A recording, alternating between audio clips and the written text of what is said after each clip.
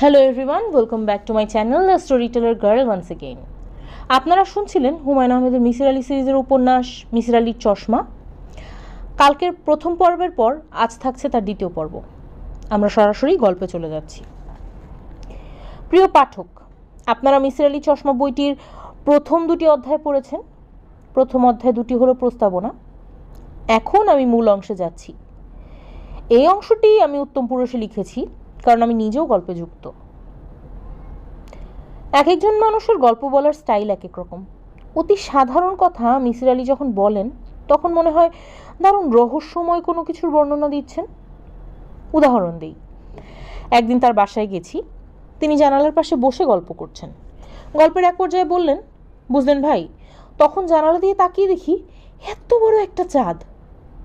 এত বড় চাঁদ কথাটা তিনি এমনভাবে বললেন যে শুনে আমার গা ছমছম করে উঠল। আমি চমকে জানালা দিয়ে আকাশের দিকে তাকালাম। অথচ চমকাবার কিছু নেই। পূর্ণিমা রাতে জানালা দিয়ে এত বড় চাঁদ দেখা যেতেই পারে। এই মিসির আলি আবার অতি ভয়ঙ্কর ব্যাপার এমন সাদামাটাভাবে বলেন যেন এটা কিছুই না, এরকম রোজই ঘটছে। এক সিরিয়াল কিলার প্রসঙ্গে বলতে গিয়ে হাই তুলতে তুলতে বললেন, লোকটার অভ্যাস ছিল খেজুরের কাঁটা দিয়ে ভিকটিমের চোখ গেলে দেয়া। তার বলার ভঙ্গি, বলতে বলতে হাই তোলা থেকে শ্রোতাদের ধারণা হবে খেজুরের কাঁটা দিয়ে চোখ তোলা নিতান্ত নৈমিত্তিক একটি ব্যাপার। এমন কিছু না। আমি অনেকদিন থেকেই মিসির আলিকে বলছিলাম তার রহস্য সমাধানের প্রক্রিয়া খুব কাছ থেকে আমি যুক্ত হতে চাই। আমি দেখতে চাই তিনি কাজটা কিভাবে করেন, লজিকে সিঁড়ি কিভাবে পাতেন। রহস্যের প্রতি আমার তেমন কোনো আগ্রহ নেই। আমার আগ্রহ রহস্যভেদ প্রক্রিয়ার প্রতি। সুযোগ সে অর্থে আসেনি, আমি নিজে অত্যন্ত ব্যস্ত থাকি। মিসির আলি ঘর কোনো মানুষ, তিনি নিজেও তার মানসিক জগৎ নিয়ে ব্যস্ত। আমাদের দুজনের দেখা হয় না বললেই হয়। এই সময় আমি আমার পারিবারিক ট্র্যাজেডির নায়ক হয়ে বসলাম। সমাজের একজন দুষ্টু মানুষ হিসেবে আমার পরিচয় ঘটল এবং মিটিং করে নিজের বাড়ি থেকে বের করে দেওয়া হলো। পত্রপত্রিকাগুলিতে ছাপার মতো কোনো খবর অনেকদিন ছিল না। তারা মনের আনন্দে আমাকে নিয়ে নানান গল্প ফাঁদতে লাগলো। মিসির আলি সাহেবের যে গল্পটি এখানে লিখছি সেখানে আমার ব্যক্তিগত গল্পের স্থান নেই বলেই নিজের গল্প বাদ থাকলো। অন্য কোনো দিন সেই গল্প বলা হবে। যাই হোক, আমি বাড়ি থেকে বিতাড়িত হয়ে কিছুদিন বন্ধুবান্ধবদের সঙ্গে থাকার চেষ্টা করলাম। বন্ধুবান্ধবরা তেমন আগ্রহ দেখালো না। মহাবিপদকে সেধে পুষতে চায়, আমাকে দূরে রাখাই মঙ্গল। বাধ্য হয়ে উত্তরায় একটা ফ্ল্যাট ভাড়া করলাম। 3 তলায় একা থাকি। দিনের বেলা অফিসের একজন পিয়ন থাকে, হোটেল থেকে খাবার এনে দিয়ে সন্ধ্যায় নিজের বাসায় চলে যায়। আমি তাকে চক্ষু লজ্জায় বলতে পারি না যে তুমি থাকো, এত বড় ফ্ল্যাটে একা থাকতে ভয় পাই। ভয় পাওয়ার কারণ হচ্ছে আমি মোটামুটি নিশ্চিত ফ্ল্যাটে আমি একা থাকি না, আমার সঙ্গে বিদেহী কোনো আত্মাও থাকেন। তিনি গভীর রাতে কাঠের মেঝেতে হাঁটাহাঁটি করেন, শব্দ করে নিঃশ্বাস নেন, রান্নাঘরে পানির ট্যাপ ছেড়ে হাতে মুখে পানি দেন। এক রাতের ঘটনা তো ভয়ঙ্কর। রাত 3টা বাজে, বাথরুমে যাওয়ার জন্য বিছানা ছেড়ে নেমেছি। হঠাৎ দেখি ঘরের মধ্যে বেটে মতো এক ছায়ামূর্তি। সে আমার চোখের সামনে ঘরের এক মাথা থেকে আরেক মাথায় চলে গেল। আমি বিকট চিৎকার দিতে গিয়েও দিলাম না। চিৎকার দিয়ে তো লাভ নেই। যে বিদেহী আত্মা আমার সঙ্গে বাস করেন তিনি ছাড়া আমার চিৎকার কেউ শুনবে না। এরপর থেকে ওই বাড়িতে রাত কাটানো আমার জন্য বিরাট সমস্যা হয়ে দাঁড়ালো। সন্ধ্যার পর প্রতিটি ঘরের বাতি জ্বালিয়ে রাখি, কারেন্ট চলে যেতে পারে এই ভয়ে সব ঘরেই চার্জার। আমার বালিশের নিচে থাকে টর্চ লাইট, হাতের কাছে টেবিলে দেয়াশলাই এবং মোমবাতি। লোহার সঙ্গে রাখলে ভূত আসে না। আমার শোবার ঘরে এই কারণেই রড আয়রনের খাট কিনে সেট করা হলো। তারপরেও ভয় কাটে না। রাতগুলি বলতে গেলে জেগেই কাটাই। আমার এই বিপর্যস্ত মানসিক অবস্থায় মিসির আলি হঠাৎ খুঁজে খুঁজে বাসায় উপস্থিত হলেন। তিনি এসেছেন পত্রপত্রিকা পড়ে। মিসির আলি আবেগপ্রবণ মানুষ কখনো ছিলেন না, তার আবেগ এবং উচ্ছ্বাস খুবই নিয়ন্ত্রিত। তারপরেও তিনি যথেষ্ট আবেগ দেখালেন। আমাকে বললেন, আপনার মতো গৃহী মানুষকে ঘর ছাড়া দেখে খারাপ লাগছে, বলুন আপনার জন্য কি করতে পারি। বলেই তিনি আমার মাথায় হাত রাখলেন, যেন আমি অল্প বয়সের অভিমানী কোনো যুবক। আমাকে সান্ত্বনা দেওয়া প্রয়োজন। আমি বললাম, আপাতত আপনি আমাকে ভূতের হাত থেকে বাঁচান, একটা ভূত আমাকে রাতে ঘুমোতে দিচ্ছে না, কাঠের ফ্লোরে এসে রাতে হাঁটাহাঁটি করে। আমি নিজে ভূতটাকে দেখেছি। মিসির আলি বললেন, কাঠ দিনের গরমে প্রসারিত হয়, রাতের ঠান্ডায় সংকুচিত হয়, তখনই নানান শব্দ হয়। আমি বললাম, কাঠের এই ব্যাপারটা মানলাম, কিন্তু রান্নাঘরে ভূতটা পানির কল ছাড়ে, ছড়ছড় করে পানি পড়ার শব্দ আমি রোজ রাতেই 2-3 বার শুনি। মিসির আলি শান্ত গলায় বললেন, রাতের চারদিক থাকে নীরব। আপনার নিচের তলা বা উপরের তলার লোকজন যখন কল ছাড়ে তখন সেই শব্দ ভেসে আসে, এর বেশি কিছু না। আপনি ভূতের ভয়ে মানসিকভাবে উত্তেজিত থাকেন বলেই হালকা পানি পড়ার শব্দ বড় হয়ে কানে বাজে। আমি বললাম, সরাসরি যে ভূত দেখেছি সেটা কি? বিছানা থেকে নেমে বাথরুমে গেলাম, হাঁটু সাইজের একটা ভূত দেয়ালের এক মাথা থেকে ও মাথা পর্যন্ত গেল এবং মিলিয়ে গেল। মিসির আলি বললেন, আপনি নিজের ছায়া দেয়ালে দেখেছেন। ঘরের সব বাতি নিভিয়ে দিন, ওই রাতের মতো বিছানা থেকে নামুন, বাথরুমে যান, নিজের ছায়া দেখবেন। আমি তাই করলাম, নিজের কোনো ছায়া দেখলাম না। মিসির আলি মোটেই বিচলিত হলেন না। তিনি বললেন, ওই রাতে আপনার টিভি খোলা ছিল, টিভি স্ক্রিন থেকে আসা আলোয় আপনার ছায়া পড়েছে। টিভি ছাড়ুন। আমি টিভি ছাড়তেই নিজের দেয়ালে নিজের ছায়া দেখলাম। মিসির আলি বললেন, হেঁটে বাথরুম পর্যন্ত যান, ছায়াকে হেঁটে যেতে দেখবেন। আমি বললাম, এখন আর তার প্রয়োজন দেখছি না। মিসির আলি বললেন, ভয় কেটেছে? আমি হ্যাঁ সূচক মাথা নাড়লাম। মিসির আলি বললেন, এখন কি রাতে বাতি নিভিয়ে ঘুমোতে পারবেন? আমি বললাম, না। মিসির আলি বললেন, বাতি জ্বালিয়েই ঘুমোবেন, সমস্যা কিছু নেই। ঘুমোবার জন্য অন্ধকার কোনো পূর্বশর্ত না। ভালো কথা। এ বাড়িতে গেস্ট রুম আছে না? আমি বললাম, আছে। মিসির আলি বললেন, আগামী কয়েকদিন আমি যদি আপনার গেস্ট রুমে বাস করি তাহলে কি কোনো সমস্যা হবে? কেন থাকতে যাচ্ছেন? এমনি। অনেক দিন একা বাস করছেন, একজন সঙ্গী পেলে আপনার ভালো লাগবে। কবে থেকে থাকা শুরু করবেন? আজ থেকেই। আমি প্রয়োজনীয় কাপড় চোপড় সঙ্গে করে এনেছি, শুধু টুথপেস্ট আনা হয়নি, টুথব্রাশ এনেছি। একটা টুথপেস্ট কিনতে হবে। এতক্ষণ চোখে পড়েনি, এখন চোখে পড়ল। মিসির আলি ছোট্ট একটা চামড়ার স্যুটকেস এবং হাত ব্যাগ নিয়ে এসেছেন। কাজটা তিনি করেছেন শুধুমাত্র আমাকে সঙ্গ দেবার জন্যে। আনন্দে আমার চোখে পানি আসার জোগাড় হলো। প্রিয়জনদের নিষ্ঠুরতায় মানসিকভাবে ক্ষুদ্র হয়েছিলাম, হঠাৎ করেই সেই ক্ষুদ্রতা দূর হলো। মিসির আলি বললেন, আপনি অনেক দিন থেকে বলছিলেন আমার কোনো একটা রহস্যভেদ প্রক্রিয়ার সঙ্গে যুক্ত থাকতে চান। এই মুহূর্তে আমি একটা রহস্য নিয়ে ভাবছি, আপনি চাইলে এই প্রক্রিয়ার সঙ্গে যুক্ত থাকতে পারেন। আমি আগ্রহের সঙ্গে বললাম, অবশ্যই যুক্ত থাকতে চাই। 10 পৃষ্ঠার একটা চিঠি এখন আপনাকে দিচ্ছি। রসায়নের একজন অধ্যাপিকা চিঠিটা দিয়েছেন। আপনি মন দিয়ে চিঠিটা 3 বার পড়বেন। ইতোমধ্যে আমি আপনার গেস্ট রুমে স্থায়ী হচ্ছি। ভালো কথা, আপনার এখানে কি চা খাওয়ার ব্যবস্থা আছে? ব্যবস্থা নেই। রাতে ঘুম না এলে আমাকে চা খেতে হয়। টি ব্যাগ, চা, চিনির ব্যবস্থা করা দরকার। রান্নার চুলা ঠিক আছে তো? জানি না। মিসির আলি বললেন, আপনি চিঠি পড়ুন, আমি পরিস্থিতি পর্যালোচনা করি। আমি চিঠি নিয়ে বসলাম, যথেষ্ট মনোযোগ দিয়েই পড়তে শুরু করলাম। 1-2 পৃষ্ঠা পড়ার পরই স্বীকার করতে বাধ্য হলাম, রসায়নের এই অধ্যাপিকার বাংলা গদ্যের উপর ভালো দখল আছে। হাতের লেখাও গোটা গোটা, নির্ভুল বানান। চিঠির মূল বক্তব্য সন্তানের মৃত্যু রহস্যের সমাধান। আমার কাছে সমাধান খুব কঠিন বলে মনে হলো না। সন্তানের মা সমাধান নিজেই করেছেন, সমাধানের স্পষ্ট ইঙ্গিতও চিঠিতে দেয়া। ভদ্রমহিলা তার শাশুড়িকে দায়ী করেছেন, সেটাই স্বাভাবিক। এই বৃদ্ধা হত্যাকাণ্ড নির্বিঘ্নে করার জন্যে বাড়ির সবাইকে বাইরে পাঠিয়ে দিয়েছিলেন। খুনি বৃদ্ধার মোটিভও পরিষ্কার। এই বৃদ্ধা তার ছেলেকে কাছে রাখতে চান। তিনি চান না ছেলে আলাদা ফ্ল্যাট ভাড়া করে থাকুক। ছেলেকে পাশে রাখার জন্যে যে ভয়ঙ্কর পরিকল্পনা তিনি করেছেন তা কাজ করেছে। ছেলে নতুন ফ্ল্যাটে ওঠেনি। যে রহস্যের কথা চিঠিতে বলা হয়েছে সেই রহস্য সাদামাটা রহস্য। রহস্যভেদের জন্য মিসির আলির মতো মানুষ লাগে না। আমার মতো গড়পড়তা মেধার যে কোনো মানুষই এই রহস্য ভেদ করবে। অনেকদিন পর হোটেলের রান্নার বাইরে খাবার খেলাম। বাবুর্চি মিসির আলি সাহেব। চিকন চালের ভাত, আলু ভর্তা, ডিম ভাজি এবং ডাল।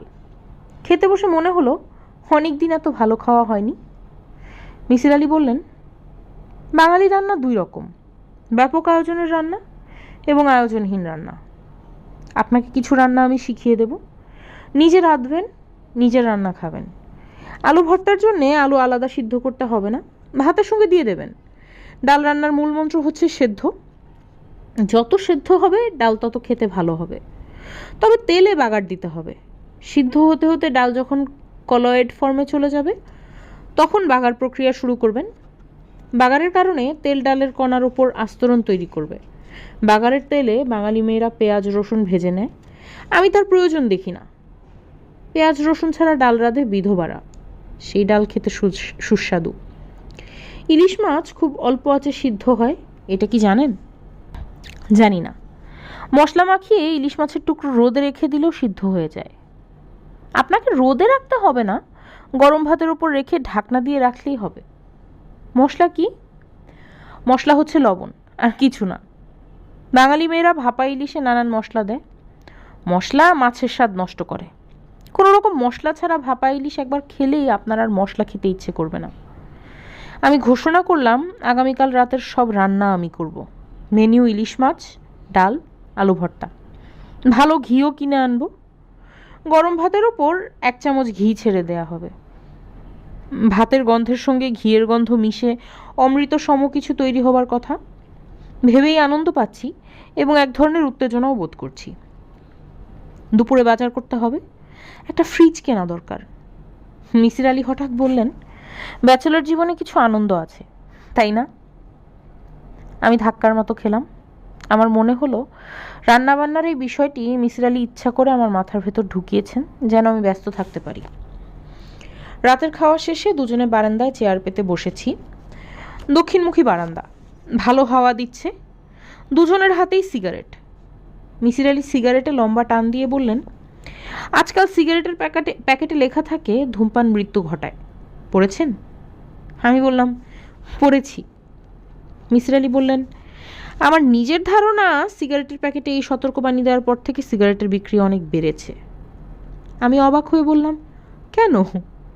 মিসির আলি হাই তুলতে তুলতে বললেন, মানুষের মৃত্যু বিষয়ে আছে প্রচণ্ড ভীতি। সে মৃত্যু কি জানতে আগ্রহী। এই আগ্রহের কারণে অবচেতনভাবে মানুষ মৃত্যুর কাছাকাছি যেতে চায়। সিগারেট সেই কাছাকাছি থাকার সহজ উপায়। আমি বললাম, যুক্তি খারাপ না।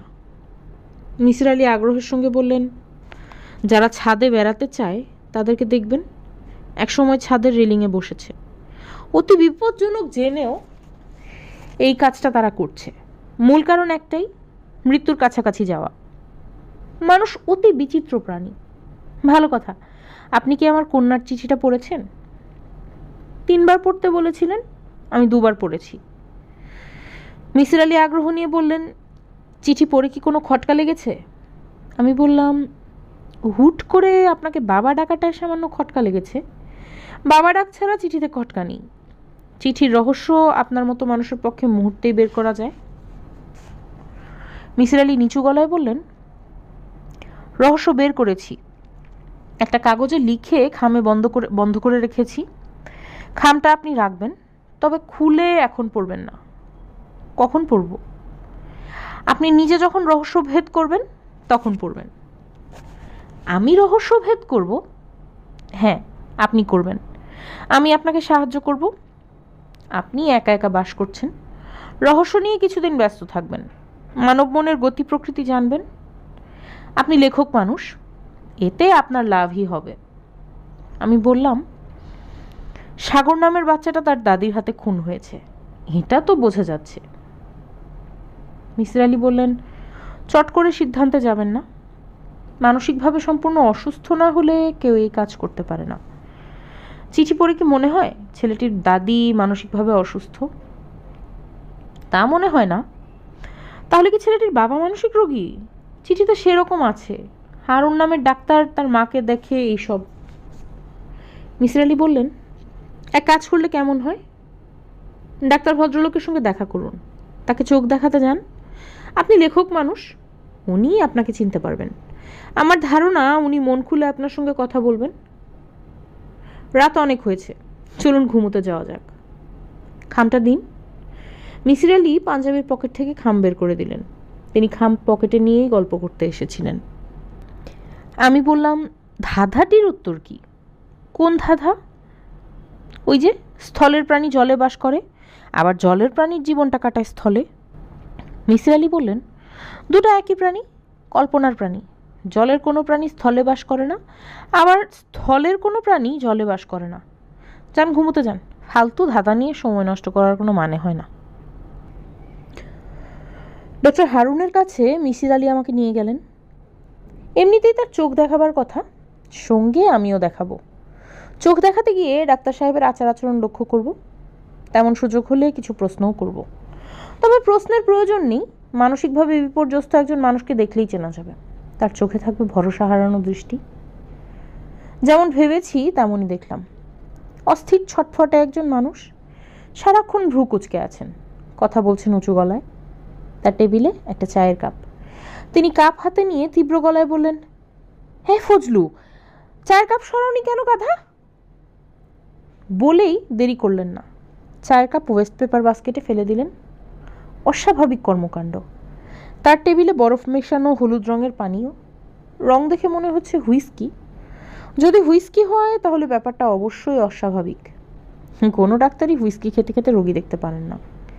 আমি গ্লাসের দিকে ইঙ্গিত করে বললাম, কি খাচ্ছেন?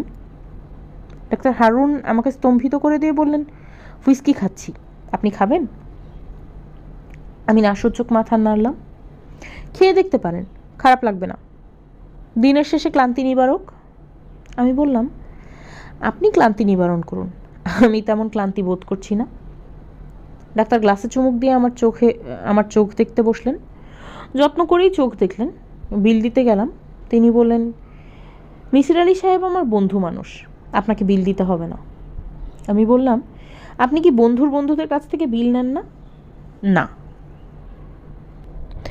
তাহলে তো দেখা যাবে এক সময় আপনি কারো কাছ থেকেই বিল নিতে পারছেন না, সবাই ফ্রি। আমি এমন কোনো হাসির কথা বলিনি, কিন্তু ভদ্রলোক মনে হলো খুব মজা পেলেন। এক চুমুকে গ্লাস শেষ করে অনেকক্ষণ হাসলেন। অ্যালকোহলের এফেক্টও হতে পারে। তিনি ফ্লাস্ক থেকে ওই বস্তু আরও খানিকটা ঢালতে ঢালতে বললেন, আমি টিটাটোলার মদ সিগারেট কিছুই খাই না। গ্লাসে যে বস্তু দেখছেন তা হলো তেঁতুলের পানি। তেঁতুলের পানি আর্টেরিওস্ক্লেরোসিস কমায়। আমি যা করছি তা হলো দেশীয় ভেষজের মাধ্যমে চিকিৎসা। আমি বললাম, আপনি তেঁতুলের পানি খাচ্ছেন, আমাকে কেন বললেন হুইস্কি খাচ্ছি?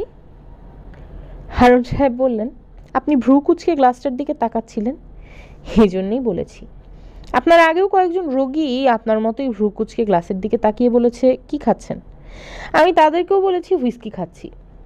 তাদের ভুল ভাঙাননি? না, শুধু আপনারটাই ভাঙিয়েছি। আমার ভুল ভাঙালেন কেন? ডাক্তার হাসতে হাসতে বললেন, আপনি বন্ধু মানুষ। বেহেশতে আমরা কিন্তু আত্মীয় স্বজন পুত্রকন্যা পাবো না, বন্ধু পাবো। আমাদেরকে দেয়া হবে 70 জন হুর, এরা সবাই বন্ধু, পবিত্র সঙ্গী, কেউ আত্মীয় না। আপনি কি বেহেশত দোজক এইসব বিশ্বাস করেন? অবশ্যই করি। নামাজ পড়েন? সময় মতো পড়া হয় না, তবে রাতে ঘুমোবার আগে কাজা পড়ি। বেহেশতে যাবার জন্য পড়েন? ডাক্তার বেশ কিছু সময় চুপ করে থেকে বললেন, বেহেশত দেখার প্রতি আমার আগ্রহ আছে। সেখানে যেসব পবিত্র সঙ্গিনী আছে তাদের একজনকে আমি দেখেছি। স্বপ্নে দেখেছেন? স্বপ্নে না, ঘোরের মধ্যে দেখেছি। কি রকম দেখতে জানতে পারি? জানতে পারেন। জানতে চান? জি, চাই। ডক্টর হারুন আগ্রহ নিয়ে গল্প শুরু করলেন। চেম্বারের সবকটা বাতি নিভিয়ে শুধু টেবিল ল্যাম্প জ্বালিয়ে রেখে আবহ তৈরি করলেন। ফজলু মিয়া নামের তার অ্যাসিস্ট্যান্টকে ডেকে বললেন, আর রোগী দেখব না, সবাইকে অন্য কোনো ডাক্তারের কাছে যেতে বলো, আমি টায়ার্ড। তাকে তেমন টায়ার্ড দেখাচ্ছে না, যথেষ্টই এনার্জেটিক লাগছে। মনে হচ্ছে হুরের বর্ণনা করতে পেরে তিনি আনন্দিত। এই চেম্বারেই দেখেছি, বছর দেড়েক আগের কথা। শায়লার সঙ্গে রাগ করে সিদ্ধান্ত নিয়েছি বাড়ি যাব না, রাতটা চেম্বারেই কাটাবো। তখন আমার চেম্বারে একটা ইজি চেয়ার ছিল, কম্বল ছিল। রাতে যখন বাড়ি ফিরতাম না তখন কম্বল মুড়ি দিয়ে ইজি চেয়ারে শুয়ে ঘুমাতাম। সে রাতেও তাই করেছি, শুয়ে পড়েছি। হাতের কাছেই টেবিল ল্যাম্পের সুইচ। বাতি নেভাতে যাব, তখন তাকে দেখলাম। চোখ দেখার যন্ত্রটা দেখছেন না? সেখানে দাঁড়িয়ে আছে। তার গা থেকে নীলাভ আলোর আভা আসছে। ফ্লোরেন্স আলোর মতো আলো, তবে তীব্রতা অনেক কম। মিসির আলি বললেন, হুডটার গায়ে কাপড় ছিল? ডক্টর হারুন বিরক্ত গলায় বললেন, অবশ্যই ছিল। আপনি কি ভেবেছেন সে ন্যাংটা হয়ে আমার অফিসে আসবে? তার পরনে ছিল হালকা সবুজ রঙের শাড়ি, গা ভর্তি গয়না, পাথরের গয়না। গয়নার রঙও সবুজ। আমি চোখের ডাক্তার, প্রথমেই তাকালাম মেয়েটার চোখের দিকে। মেয়েটার চোখের সাদা অংশটা ঠিক সাদা না, একটু যেন লালচে। অনেকক্ষণ কাঁদলে মেয়েদের চোখ যেমন লালচে হয়ে যায় সেরকম। আমি বললাম, কথা হয়েছে তার সঙ্গে? হ্যাঁ হয়েছে, কিন্তু এই বিষয়ে আমি আর কিছু বলবো না। এই বিষয়ে কথা বললে মা রাগ করেন।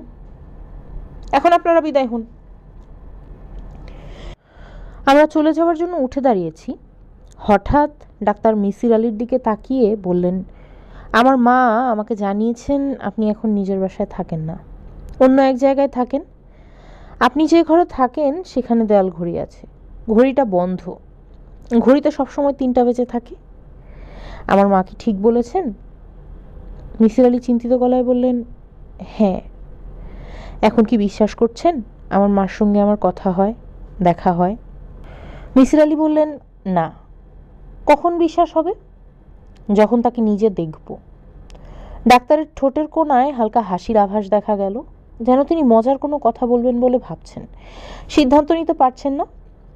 মিসির আলি বললেন, আজ উঠি? ডাক্তার বললেন, আরও কিছুক্ষণ বসুন, গাড়ি দিয়ে নামিয়ে দেব।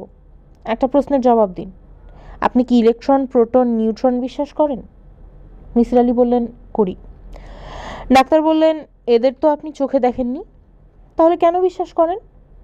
মিসির আলি বললেন, আমি চোখে না দেখলেও নানান যন্ত্রপাতি এদের অস্তিত্ব বের করেছে। একটি যন্ত্রের নাম সাইক্লোট্রন। পৃথিবীর কোনো যন্ত্রপাতি মৃত মানুষদের অস্তিত্ব বের করতে পারে না। ডাক্তার বললেন, সেরকম যন্ত্রপাতি তৈরি হয়নি বলেই পারে না।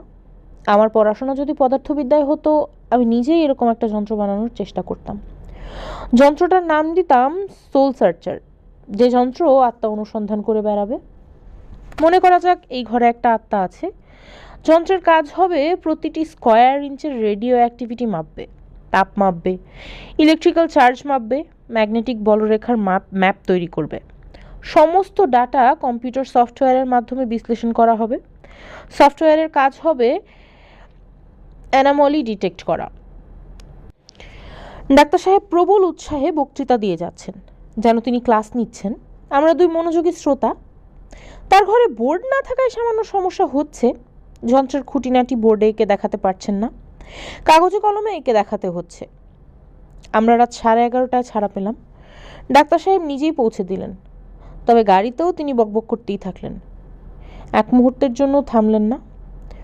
প্রথম যেটা তৈরি করতে হবে তা হলো ম্যাগনেটিক টানেল কিংবা ম্যাগনেটিক কোন তৈরি করা। আত্মাকে যদি কোনো ক্রমে ভুলিয়ে ভালিয়ে টানেলে ঢুকিয়ে ফেলা যায়, তাহলেই কর্মকাবার। আমি বোকা বোকা মুখ করে বললাম, কর্মকাবার মানে কি? আত্মা মারা যাবে? মানুষ মরে আত্মা হয়, আত্মা মরে কি হবে?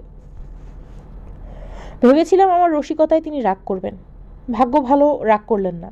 তিনি বোঝাতে চেষ্টা করলেন আত্মা কি। আত্মা হলো পিওর ফর্ম অফ এনার্জি। আমরা যেসব এনার্জির সঙ্গে পরিচিত তার বাইরের এনার্জি। আমাদের এনার্জির ট্রান্সফরমেশন হয়, এক ফর্ম থেকে অন্য ফর্মে যেতে পারে। আত্মা নামক এনার্জির কোনো ট্রান্সফরমেশন নেই। বুঝতে পারছেন তো? আমি কিছুই বুঝতে পারছি না। তারপরেও প্রবল বেগে হ্যাঁ সূচক মাথা নাড়লাম। রাতে মিসির আলি সাহেবকে নিয়ে খেতে বসেছি। আয়োজন সামান্য। দুপুরের ডাল গরম করা হয়েছে, ডিম ভাজা হয়েছে। প্রচণ্ড গরমে ডাল টকে গেছে। মিসির আলি সাহেব ব্যাপারটা ধরতে পারছেন না, টক ডাল খেয়ে যাচ্ছেন। তাকে দেখে মনে হচ্ছে তিনি আছেন গভীর চিন্তায়। আমি বললাম, মিসির আলি সাহেব, আপনি কি আত্মা বিশ্বাস করেন? তিনি আমাকে চমকে দিয়ে বললেন, হ্যাঁ। খুব যে ভেবে চিন্তে তিনি হ্যাঁ বললেন তা কিন্তু মনে হলো না। বলতে হয় বলে বলা। আত্মা বিষয়ক দ্বিতীয় প্রশ্ন করতে যাচ্ছি, তার আগেই মিসির আলি বললেন, ডাক্তার সাহেব গাড়ি করে আপনার বাসায় আমাদের পৌঁছে দিয়েছেন, ব্যাপারটা আপনার কেমন লেগেছে? আমি বললাম, ভালো লেগেছে। ভদ্রলোক নিতান্তই ভালো মানুষ, ভালো মানুষরা পাগলাটে হয়, উনিও পাগলাটে।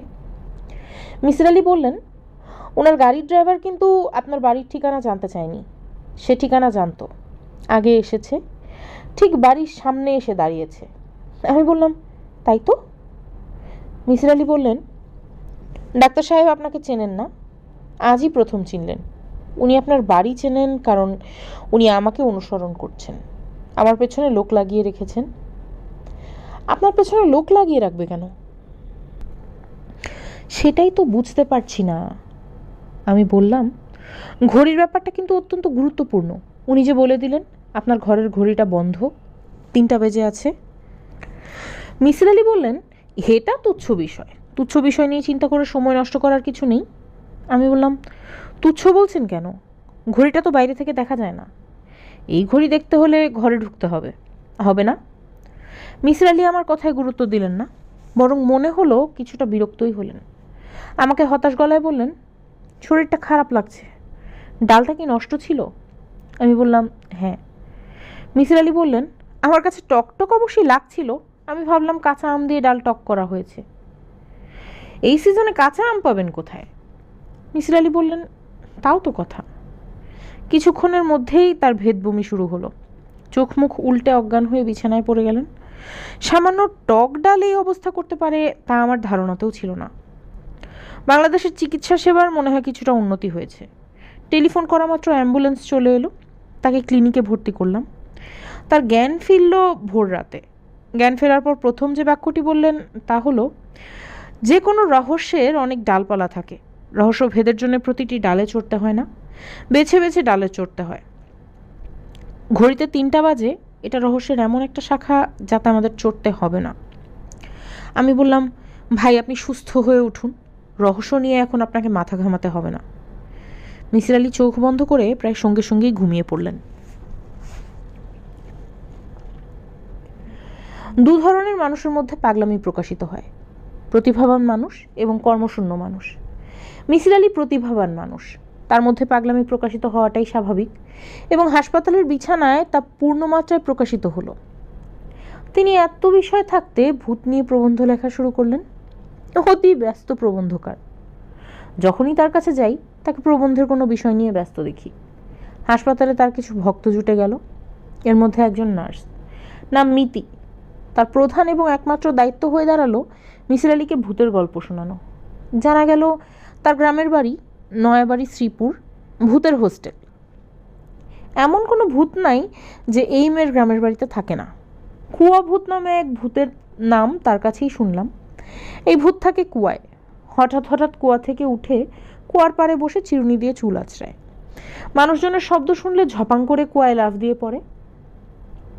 তেঁতুল ভূত বলে এক ধরনের ভূতের কথা শোনা গেল। তারা থাকে তেঁতুল গাছে। এপ্রিল মে মাসে যখন তেঁতুলের হলুদ ফুল ফোটে তখন তারা তেঁতুল ফুল চুষে ফুলের মধু খায়। যেসব গাছে তেঁতুল ভূত থাকে সেসব গাছে এই কারণেই তেঁতুল হয় না। মিতিদের গ্রামের বাড়িতে 3টি তেঁতুল গাছের কোনোটিতেই তেঁতুল হয় না। বিশাল গাছ, প্রচুর ফুল ফোটে, কিন্তু তেঁতুল হয় না। মিসির আলি এইসব উদ্ভট গল্প শুনছেন যে তা না, রীতিমতো নোট করছেন, নানা মন্তব্যে খাতা ভর্তি করছেন। কুয়াভূত বিষয়ে তার মন্তব্যের পাতাগুলি পড়লাম। কুয়াভূত পানিতে বাস করে এমন প্রজাতি, নারীধর্মী। কারণ কুয়াভূতকে সবসময় কুয়ার পাড়ে চুল আঁচড়াতে দেখা যায়। তবে এমনও হতে পারে পানিজীবী এই ভূত শ্রেণীর সবারই লম্বা চুল, সবাই চুল আঁচড়াতে পছন্দ করে। প্রকৃতি ভীতু প্রকৃতির, মানুষের আগমনের ইশারা পেলেই এরা কুয়াতে ঝাঁপিয়ে পড়ে। কর্মকাণ্ড, এদের প্রধান কর্মকাণ্ড কুয়ার পানিতে ছোটাছুটি করা এবং পানি ছিটাছিটি খেলা করা। চরিত্র, উপকারী চরিত্রের ভূত। মিতির এক খালার ছোট ছেলে একবার পানিতে পড়ে গিয়েছিল। কুয়াভূতরা বাচ্চাটিকে ঘাড় ধরে ঝুলিয়ে রেখেছিল।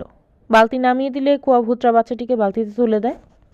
গন্ধ, কুয়াভূতদের গায়ে পুরনো শ্যাওলার গন্ধ, কেউ কেউ বলে মাছের গন্ধ। খাদ্য, এদের খাদ্য সম্পর্কে কোনো ধারণা পাওয়া যাচ্ছে না, তবে এদেরকে কুয়ার পাড়ে বসে পান সুপারির মতো কি যেন চিবাতে দেখা যায়। পোশাক, এদের প্রিয় এবং একমাত্র পোশাক সাদা রঙের। সাদা রঙের কাপড় ছাড়া এদেরকে কেউ অন্য কোনো রঙের কাপড় পরতে দেখেনি। কথাবার্তা, এদের কথাবার্তা কেউ কখনো শোনেনি, তবে হাসির শব্দ অনেকেই শুনেছে। আমি কিছুতেই ভেবে পাই না মিসির আলির মতো অতি বুদ্ধিমান একজন মানুষ কুয়াভূত বিষয়ে এতগুলি কথা এত গুরুত্বের সঙ্গে কেন লিখছেন। আমি জিজ্ঞেস করলাম, ভাই আপনি কি কুয়াভূতের ব্যাপারটা বিশ্বাস করছেন? মিসির আলি বললেন, আমি বিশ্বাসও করছি না, আবার অবিশ্বাসও করছি না। মিতি মেয়েটা বানিয়ে বানিয়ে ভূত বিষয়ে এত কথা কেন বলবে? আমি বললাম, মানুষ বানিয়ে বানিয়ে মিথ্যা বলে না। মানুষ প্রয়োজনে মিথ্যা বলে, অপ্রয়োজনে মিথ্যা বলে, বানিয়ে বলে, অন্যকে বিপদে ফেলার জন্যে বলে। মিসির আলি বললেন, আপনার কি ধারণা মিতি মেয়েটা আমাকে বিপদে ফেলার জন্য কুয়াভূত নামক মিথ্যা বলছে? আমি হাল ছেড়ে চুপ করে গেলাম। মিসির আলিকে যে রোগের কারণে হাসপাতালে ভর্তি করা হয়েছে সেই রোগ তার সেরে গেছে, তবে দেখা গেছে তিনি নানা ধরনের রোগে ভুগছেন। শরীরে বেশিরভাগ যন্ত্রপাতি নাকি নষ্ট, 2টা কিডনির একটা যায় যায় অবস্থায় আছে, লিভারে জমেছে ফ্যাট। তার চিকিৎসা ডাক্তাররা মহা উৎসাহে চালাচ্ছেন। মিতি নামের নার্স চালাচ্ছে ভূত চিকিৎসা। মিসির আলি একদিন আগ্রহ নিয়ে বললেন, মেয়েটার গ্রামের বাড়িতে একদিন বেড়াতে গেলে কেমন হয়? আমি বললাম, আপনি মিতির গ্রামের বাড়িতে যেতে চাচ্ছেন? হ্যাঁ, কুয়ার পাড়ে সারা রাত বসে থাকবো, কুয়াভূতের হাসি শুনবো, তারা জলকেলি করবে, সেই শব্দও শুনবো। আপনি কি সত্যিই যেতে চাচ্ছেন? অবশ্যই। চোখের ডাক্তার সাহেবের সমস্যার বিষয়ে এখন তাহলে ভাবছেন না? মিসির আলি বললেন, সেই সমস্যার সমাধান তো করেছি, আর কি? তাদের তো কিছু জানাচ্ছেন না। মিসির আলি বললেন, আপনার জন্য অপেক্ষা করছি। আপনি যুক্তির ওপর যুক্তি দাঁড় করিয়ে সমস্যার সমাধান করে গভীর আনন্দ পাবেন। আপনার আনন্দ দেখতে ইচ্ছে করছে।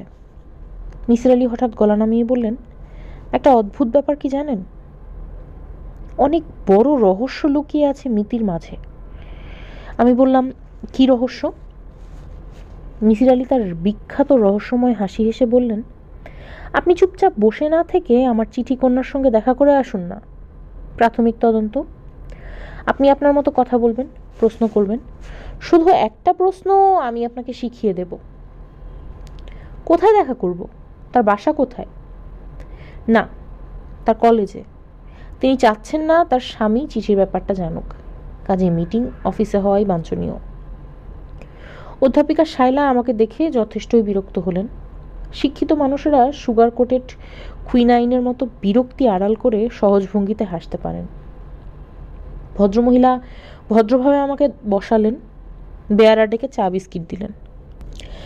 আলোচনা শুরু করতে যাচ্ছি, তখন তিনি আমাকে থামিয়ে দিয়ে হাসতে হাসতে বললেন, শার্লক হোমসের সঙ্গে একজন সহকারী থাকেন, উনি অনেক বোকামি করেন। পাঠকরা তার বোকামি এবং ভুল লজিক পড়ে মজা পায়। আপনিও কি এমন একজন? ভদ্রমহিলার কথায় অনেকটা থতমত খেয়ে গেলাম। যেসব কথা বলবো বলে গুছিয়ে রেখেছিলাম সবই এলোমেলো হয়ে গেল। আমি আমতা আমতা করে বললাম, মিসির আলি সাহেব অসুস্থ, হাসপাতালে ভর্তি হয়েছেন। তিনি আমাকে পাঠিয়েছেন আপনাকে একটা প্রশ্ন করবার জন্যে। একটা প্রশ্ন? জি, একটাই প্রশ্ন।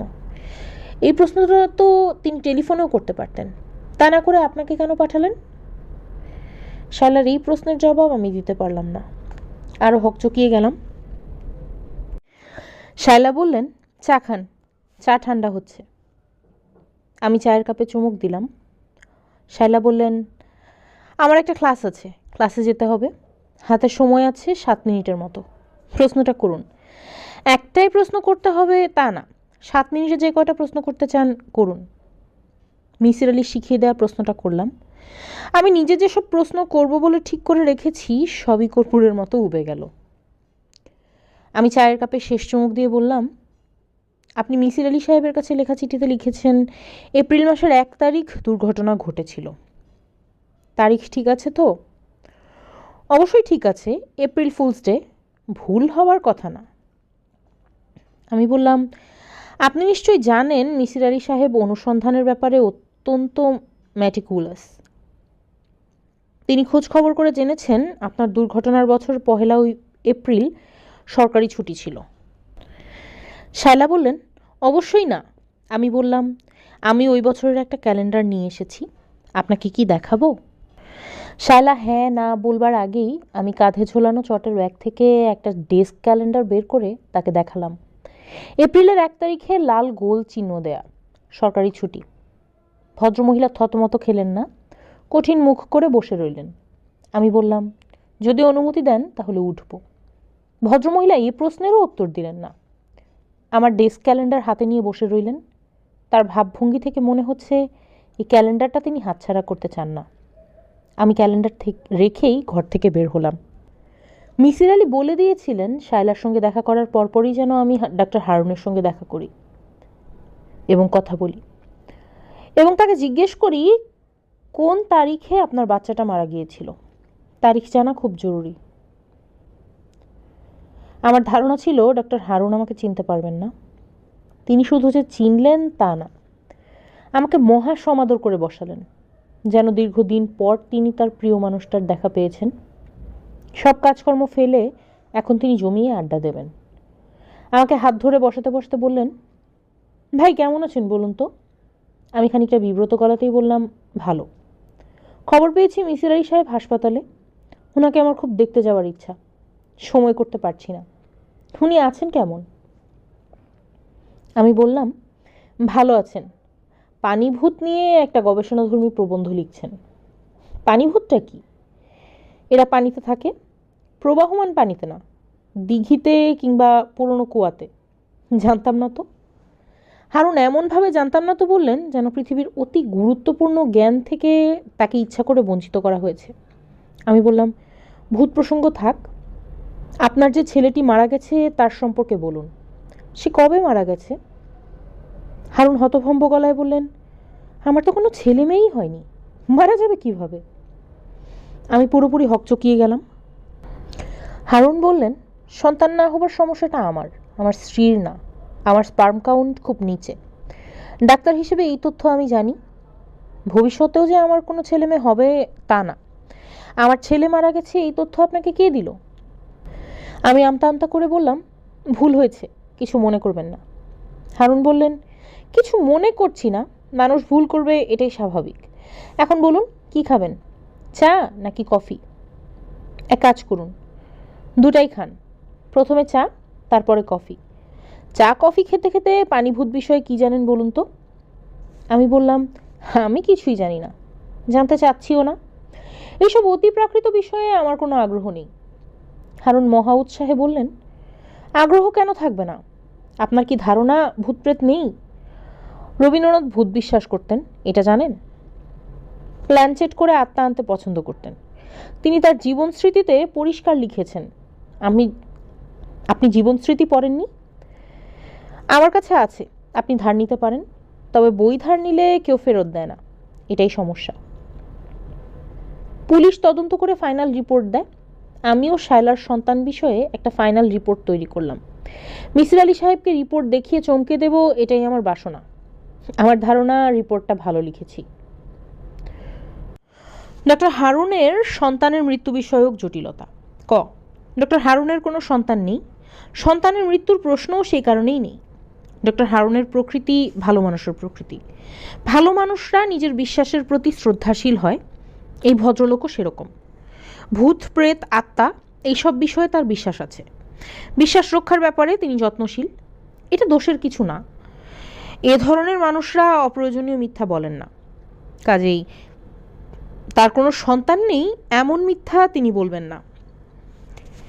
তারপরেও হারুন সাহেবের কথার সত্যতা সম্পর্কে পুরোপুরি নিঃসন্দেহ হবার জন্যে আমি দুজনের সঙ্গে কথা বলেছি। একজন হারুন সাহেবের গাড়ির ড্রাইভার এবং অন্যজন হারুন সাহেবের বাড়ির কেয়ারটেকার নাজমুল। নাজমুলের অনেক বয়স। হারুনের জন্মের আগে থেকেই তাদের বাড়ির কেয়ারটেকার। স্ট্রোকের কারণে ডান হাত এবং পা নাড়াতে পারেন না। মুখের কথা অস্পষ্ট এবং জড়ানো, তবে তার সেন্সেস পুরোপুরি কাজ করছে। আমার প্রশ্নের জবাবে বললেন, আমার নিজের কোনো ছেলে মেয়ে নাই, আমি বিবাহ করি নাই। আমি মনে করি আমার ছেলে হারুন। আমি তাকে কোলে পিঠে বড় করেছি, ঘাড়ে করে স্কুলে নিয়ে গেছি, স্কুল থেকে এনেছি। তার কোনো সন্তানাদি হয় নাই। এই দুঃখ হারুনের চেয়ে আমার অনেক বেশি। আর অল্প কিছুদিন বেঁচে থাকবো, হারুনের বাচ্চার মুখে দাদু ডাক শুনবো না। এই কষ্টের কোনো সীমা নাই। ডক্টর হারুনের ড্রাইভারের সাথে আমার যে কথা হয়েছে তা এরকম। তোমার নাম? ড্রাইভার: স্যার আমার নাম ফজলু, ফজলু মিয়া। আমি: তুমি ডাক্তার সাহেবের গাড়ি কতদিন ধরে চালাচ্ছ? ড্রাইভার: হিসাব নাই, কাজ শিখার পরে প্রথম স্যারের এখানে কাজ নেই, খুব কম হইলেও 10 বছর ধরে স্যারের সাথে আছি। আমি: তোমার ডিউটি কেমন? ড্রাইভার: আমার ডিউটি নাই বললেই চলে, স্যারের সন্তানাদি নাই, স্কুল ডিউটিও নাই। আমি: ম্যাডামের ডিউটি করো না? ড্রাইভার: ম্যাডামের আলাদা গাড়ি, আলাদা ড্রাইভার। খ, সন্তান বিষয়ক মিথ্যা কথাটা শায়লা বানিয়ে বলেছেন। এমন একটা ভয়ঙ্কর কথা উনি কেন বললেন সেটা খুব পরিষ্কার না। আমার ধারণা তিনি মিসির আলি সাহেবের সঙ্গে একটা বুদ্ধির খেলা খেলছেন। মিসির আলি শিশুর হত্যাকারী হিসেবে একজনকে চিহ্নিত করবার পর তিনি বলবেন, কোনো শিশুর অস্তিত্বই নাই, সম্মানিত মানুষকে ছোট করে অনেকে আনন্দ পায়। শায়লা সেরকম একজন বলে আমার ধারণা। মিসির আলি আগ্রহ নিয়ে আমার রিপোর্ট পড়লেন এবং হাসি মুখে বললেন, রিপোর্ট ঠিক আছে, তবে। আমি বললাম, রিপোর্ট ঠিক থাকলে তবে আসবে কেন? মিসির আলি বললেন, তবে আসছে কারণ হারুন সাহেবের কোনো ছেলে 1 এপ্রিল মারা যায়নি বলে যে সিদ্ধান্ত নিয়েছেন তা যুক্তি নির্ভর না। আপনি হারুন সাহেবের কথা, তার কেয়ারটেকার এবং ড্রাইভারের কথা সত্যি বলে ধরে নিয়েছেন। তারা কেন মিথ্যা হবে? হারুন সাহেবের স্ত্রী বা কেন মিথ্যে বলবে? আমি বললাম, হারুন সাহেবের স্ত্রীর মিথ্যে বলার কারণ কিন্তু আমি ব্যাখ্যা করেছি। তিনি আপনার সঙ্গে একটা খেলা খেলছেন। মিসির আলি বললেন, এই খেলা তো হারুন সাহেবও খেলতে পারেন না? আমি বললাম, তার বাড়ির বাকি দুজন তো কোনো খেলা খেলবে না, তাদের স্বার্থ কি? অন্নদাতা মুনিবকে রক্ষা করা স্বার্থ হতে পারে, বাড়ির বিশ্বাসী পুরনো লোকজন মুনিবের প্রতি লয়াল থাকে। আমি বললাম, আপনি কি তাহলে ধারণা করছেন যে 1 এপ্রিল সত্যি সত্যি বাচ্চাটা খুন হয়েছে? মিসির আলি বললেন, সেরকম ধারণাও করছি না, তবে আমি মনে করি ওই তারিখে ডাক্তার হারুনের কোনো বাচ্চা মারা গিয়েছিল কিনা সেই বিষয়ে নিশ্চিত হওয়াটা খুবই জরুরি। আমি বললাম, কিভাবে নিশ্চিত হব? বাংলাদেশে তো জন্ম মৃত্যুর কোনো রেকর্ড থাকে না।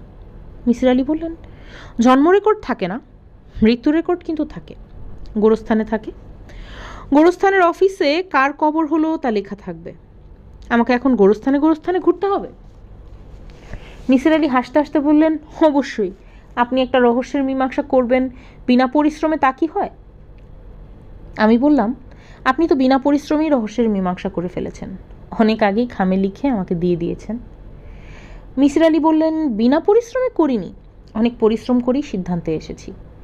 কঠিন এক অঙ্ক ধাপে ধাপে করে সিদ্ধান্তে এসেছি। আপনার পক্ষে গোরস্থানে গোরস্থানে ঘোরা সম্ভব হবে না আমি বুঝতে পারছি।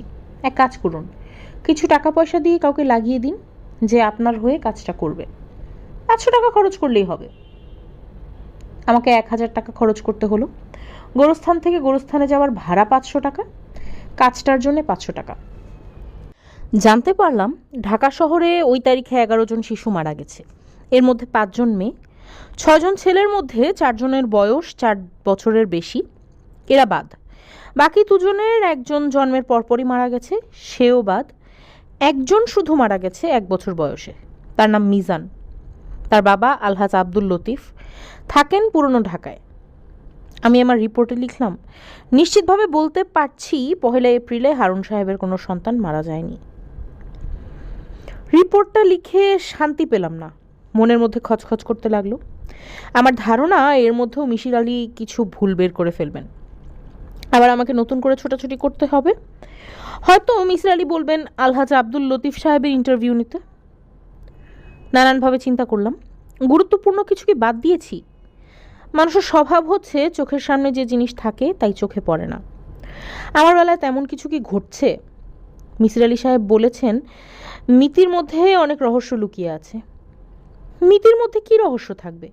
সে তার গ্রামের বাড়িতে ভূত দেখে, তার গ্রামের বাড়ির ভূতের সঙ্গে ডক্টর হারুন বা তার স্ত্রী শায়লার সম্পর্ক কি? ইংরেজিতে একটা কথা আছে, লেফট নো স্টোন আনটার্নড। প্রতিটি পাথর উল্টে দেখতে হবে। মিতি নামক পাথর উল্টে দেখার জন্যে একদিন হাসপাতালে তার সঙ্গেও দেখা করতে গেলাম। সে সঙ্গে সঙ্গে হাসপাতালের ইন্টেন্সিভ কেয়ারে যে ভূত বাস করে তার গল্প শুরু করলো। এটা নাকি ঠিক ভূতও না, অনেকটা জন্তুর মতো। মৃত রোগীর পায়ের পাতা চাটে, তার গায়ে লাশের গন্ধ। পাতা চাটা ভৌতিক প্রাণীর গল্প শোনার মানে হয় না। বিরক্ত হয়ে চলে এসেছি। মনে হচ্ছে রহস্য সমাধানের পথ খুবই জটিল পথ। অনেক চিন্তা ভাবনা করে আমি একটা সহজ পথ বেছে নিলাম। মিসির আলি সাহেবের খামটা খুলে ফেললাম। সেখানে লেখা। ধৈর্য ধরতে পারলেন না, আগে ভাগেই খাম খুলে ফেললেন। যাই হোক, হত্যাকারীর নাম লিখছি, সাংকেতিকভাবে লিখছি, দেখি সংকেত ভেদ করতে পারেন কি না। হত্যাকারীর নাম মারব ত্রক না। আমার মাথায় হাত দিয়ে বসা ছাড়া উপায় রইল না। সাংকেতিক ভাষা উদ্ধার আমার কর্ম না। মিসির আলি সাহেবের নির্দেশ মতো অনুসন্ধান চালিয়ে যাওয়া এর চেয়ে সহজ। মনে হচ্ছে পেতেছি সমুদ্রের শয্যা। মিসির আলি হাসপাতাল থেকে ফিরেছেন এবং গভীর আগ্রহে রাজ্যকে ভূত বিষয়ক প্রবন্ধ লিখে যাচ্ছেন। পানি ভূত বিষয়ে আগেই লেখা হয়েছে, এখন লিখছেন বৃক্ষবাসী ভূত। যেসব ভূত গাছে বাস করে তাদের নিয়ে জটিল প্রবন্ধ। যা লেখেন সেটা আমাকে ঘুমোতে যাওয়ার আগে পড়ে শোনান। আমি কিছুতেই বুঝতে পারি না নিতান্ত ফালতু কাজে এই মানুষটা কেন তার মেধা নষ্ট করছে। তারপরেও ভূত বিষয়ক আলোচনায় আমি অংশগ্রহণ করি। একটা শিশু যদি গভীর আগ্রহে কোনো খেলা খেলে, সেই খেলায় বাধা দিতে নেই। ভূত বিষয়ক গবেষণা শিশুর খেলা ছাড়া আর কি। শিশু খেলাকে প্রশ্রয় দেওয়া সাধারণ নর্মের মধ্যে পড়ে। রাতে দুজন খেতে বসেছি। মিসির আলি বললেন, বলুন তো দেখি কোন গাছে ভূত থাকে। আমি বললাম, জানি না, আমি এখন পর্যন্ত কোনো গাছে ভূত থাকতে দেখিনি। মিসির আলি বললেন, 4 ধরনের গাছে ভূত থাকে: বেল গাছ, তেঁতুল গাছ, শেওড়া গাছ এবং বাঁশ গাছ। এর বাইরে কোনো গাছে থাকে না। আম এবং কাঁঠাল গাছে ভূত থাকে এরকম কথা কখনো শুনবেন না। আমি বললাম, ও আচ্ছা। মিসির আলি বললেন, ভূত মানুষের কল্পনা, এটা বলার অপেক্ষা রাখে না। কিন্তু মানুষ কেন ভূত থাকার জন্য 4টা মাত্র গাছ বেছে নিল, এটা গবেষণা হওয়া দরকার। এই গবেষণায় আমাদের লাভ? মিসির আলি বললেন, এই গবেষণা মানুষের কল্পনার জগৎ সম্পর্কে কিছু ধারণা দেবে। আমি বললাম, শেওড়া ঘন ঝাঁকড়া গাছ, দিনের বেলাতেও অন্ধকার হয়ে থাকে, সেই জন্যেই মানুষ শেওড়া গাছকে ভূতের জন্য বেছে নিয়েছে। মিসির আলি বললেন, বেল গাছ তো ঝাঁকড়া গাছ না, ছায়াদায়িনী বৃক্ষও না, তাহলে বেল গাছ বাঁচল কেন? বেল গাছে কাঁটা আছে এই কারণে। ভূতরা হয়তো কাঁটা পছন্দ করে। তেঁতুল এবং বাঁশ গাছে তো কাঁটা নেই। ভূতরা তাহলে ওই গাছে কেন থাকছে? আমি চুপ করে গেলাম। প্রসঙ্গ ঘোরাবার জন্য বললাম, শায়লার পুত্রের মৃত্যু রহস্য ভেদের কাজটা শেষ করে ভূতের গবেষণাটা করলে ভালো হয় না? মিসির আলি বললেন, রহস্য তো অনেক আগেই ভেদ হয়েছে। উত্তর লিখে খামে সিলগালা করে আপনার হাতে দিয়েছি। এখন আপনার দায়িত্ব নিজের মতো করে রহস্যের মীমাংসায় আসা। কোন দিকে আগাবো বুঝতে পারছি না তো। আমার চিঠি কন্যা শায়লা আমাকে যে চিঠি লিখেছে সেটা ধরে আগাবেন? সেটা ধরে আগানোর তো আর কিছু নেই। মিসির আলি বললেন, অবশ্যই আছে। চিঠিতে লেখা ডক্টর হারুন চোখের কর্নিয়া গ্রাফটিংয়ের একটা পদ্ধতি বের করেছে, যার নাম হারুনস কর্নিয়া গ্রাফটিং। দেখতে হবে আসলে এমন কোনো পদ্ধতি ডক্টর হারুন বের করেছে কিনা। তার প্রয়োজনটা কি? উনি এই পদ্ধতি বের না করলেও তো কিছু আসে যায় না। শিশুর মৃত্যুর সঙ্গে কর্নিয়া গ্রাফটিংয়ের কোনো সম্পর্ক নেই। মিসির আলি বললেন, রহস্যভেদের জন্যে কোনো তথ্যই অপ্রয়োজনীয় না। আমি বললাম, গ্রাফটিং বিষয়ক তথ্য পাবো কোথায়? মিসির আলি বললেন, সব মেডিকেল কলেজের লাইব্রেরিতে জার্নাল আছে, সেখান থেকে পাবেন। তার চেয়েও সহজ বুদ্ধি হলো ইন্টারনেট। হারুনস কর্নিয়া গ্রাফটিং লিখে সার্চ দিলেই পাওয়া যাবে। আমি তো সেভাবেই বের করেছি এবং আপনার কম্পিউটারেই বের করেছি। কি পেয়েছেন সেটা তো আপনাকে বলবো না। আপনি রহস্যভেদ প্রক্রিয়ার সঙ্গে যুক্ত হয়েছেন, আপনি নিজে বের করবেন। এক্ষুনি বের করছি। মিসির আলি বললেন, ভেরি গুড। 5 মিনিটের বেশি সময় লাগার কথা না। ইন্টারনেট আমাদের জীবন অনেক সহজ করে দিয়েছে। ইন্টারনেট ঘেটে দেখা গেল হারুনস কর্নিয়া গ্রাফটিং বলে কিছু নেই, তবে জালাল আহমেদ কর্নিয়া গ্রাফটিং বলে নতুন এক পদ্ধতি আছে। মিসির আলিকে এই তথ্য দিতেই তিনি বললেন, জালাল আহমেদ মুসলমান নাম, তার মানে এই না যে তার দেশ বাংলাদেশ। সে পাকিস্তানি হতে পারে, মিডল ইস্টার হতে পারে। আপনার কাজ হচ্ছে মেডিকেল কলেজগুলিতে খোঁজ নেওয়া এই নামের কোনো ছেলে পাশ করেছে কিনা। আমি হতাশ গলায় বললাম, আপনি কি এভাবেই রহস্যভেদ করেন? মিসির আলি বললেন, অবশ্যই, দ্বিতীয় বিকল্প তো নেই। যাই হোক, আপনার এই কাজটা সহজ করে দিচ্ছি। আমি খোঁজ নিয়ে জেনেছি জালাল আহমেদ নামে অসম্ভব ব্রিলিয়েন্ট একজন ছাত্র ঢাকা মেডিকেল কলেজ থেকে পাশ করেছেন। সে যে শুধু ব্রিলিয়েন্ট তা না, সে রাজপুত্রের মতো রূপবান। তাকে প্রিন্স নামে ডাকা হতো। আমি শুধু বললাম, ও আচ্ছা। জালাল আহমেদ নামে নতুন এই চরিত্রটির সঙ্গে রহস্যের কী সম্পর্ক কিছুই বুঝতে পারছি না। জট খুলতে গিয়ে আরও জট পাকিয়ে দিচ্ছি, এই হলো সমস্যা।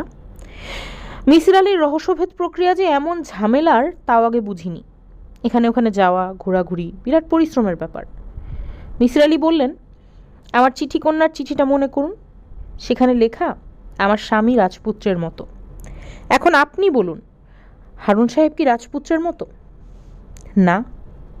হারুন স্কর্নিয়া গ্রাফটিং বলে কিছু নেই, অথচ জালাল আহমেদ স্কর্নিয়া গ্রাফটিং আছে, যে জালাল রাজপুত্রের মতো সুন্দর। কিছু কি বোঝা যাচ্ছে? আমি হতাশ গলায় বললাম, না।